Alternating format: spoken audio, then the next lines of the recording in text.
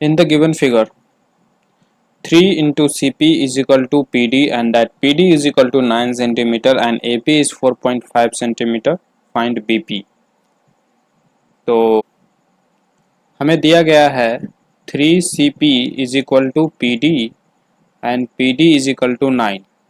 इसका मतलब हमें CP दे दिया है 3 and PD 9 and AP मिला हुआ है 4.5 सेंटीमीटर। तो हमें CP मालूम है और PD मालूम है, CP मालूम है और AP मालूम है। हमसे पूछा जा रहा है BP, ये साइड।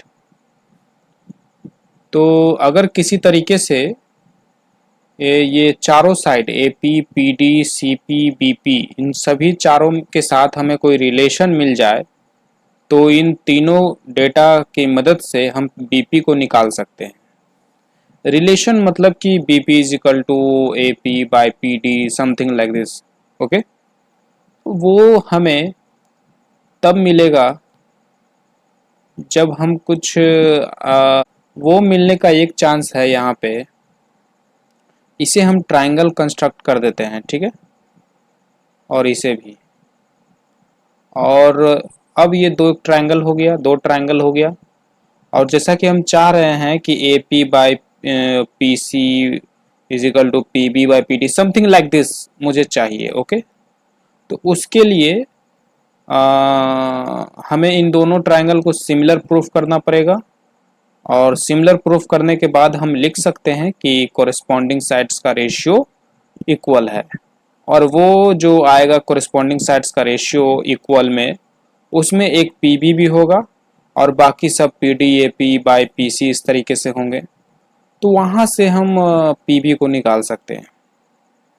तो अब रहा काम कि ये दो ट्रायंगल हैं, दो ट्रायंगल को सिमिलर किसी तरीके से प्रूफ कर दें। तो एक तो हमें ये दिख रहा है, एक एंगल तो दिख गया इक्वल, और दूसरा क्या होगा, एक यहाँ पे आप देख सकते हैं ये जो AC है, इस AC कोड से दो एंगल बनाए जा रहे हैं, एक ये एंगल और एक ये एंगल। और हम लोग पढ़े हैं कि angle by the same segment is equal. ये जो सेगमेंट देख रहे हो AC, इस AC सेगमेंट के द्वारा एंगल D बनाया जा रहा है और एंगल B भी बनाया जा रहा है, और जिस वजह से ये दोनों एंगल सेम है। Angle D is equal to angle B, क्यों? Angle by same segment. ऐसा क्यों? तो देखिए, मान लीजिए ये सेंटर है, तो इस AC सेगमेंट से सेंटर पे जो एंगल बनाया जाता है वो डबल होता है उसी सेगमेंट से सर्कल के सरकमफ्रेंस पे बनाए गए एंगल से। तो angle D is a angle which is subtended by AC segment at periphery or circumference. So this angle will be half of this centered angle. और यही चीज इसके साथ भी लागू हो सकता है। तो angle B and D both are half of this center angle. So इसलिए हम ऐसा लिखते हैं। Okay, so angle D is equal to angle B. Similarly, you can say DB is a segment and this DB construct angle A, subtend angle A and angle C. So similarly, angle A is equal to angle C, same reason. तो इस हिसाब से हम कह सकते हैं, और एक तो एंगल P है ही, तो बाय एंगल कह सकते हैं कि ये दोनों ट्रायंगल सिमिलर है। अब ट्रायंगल का नामकरण करते हैं। तो triangle APD is similar to triangle, क्या नाम दे? कुछ भी आप नहीं लिख सकते हो, ठीक है, आपके मर्जी में CPB या BCP, कुछ भी नहीं। अगर इधर APD लिखे हो तो इधर भी कुछ खास ही होगा, उसी के कोरिस्पोंडिंग होंगे। तो एंगल A का कोरिस्पोंडिंग APD में A का कोरिस्पोंडिंग पीसीबी में कौन है, ठीक है।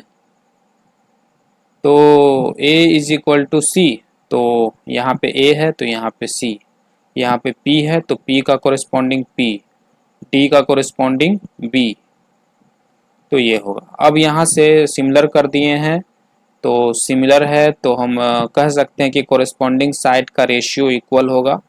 तो एपी साइड का कोरिस्पॉन्डिंग कौन होगा, CP, है ना। ये ऐसा नाम लिखने का एक फ़ायदा होता है।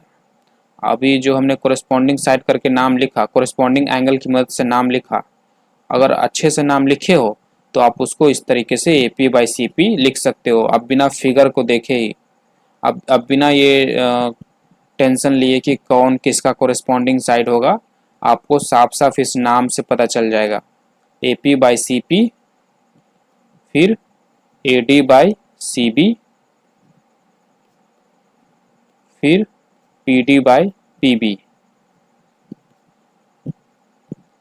नाउ मुझे क्या क्या डेटा दिया हुआ था, AP दिया हुआ था, CP दिया हुआ था, PD दिया हुआ था, और PB पूछा जा रहा था, है ना, BP पूछा जा रहा था हमसे।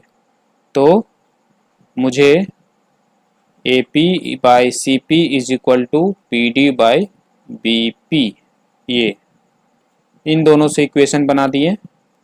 अब यहाँ पे हम वैल्यू पुट करेंगे और BP को निकाल लेंगे। तो यहाँ से BP is equal to PD/CP into AP, और PD कितना है, PD is 9, CP is 3, AP is 4.5। तो this 4.5/3 is 1.5।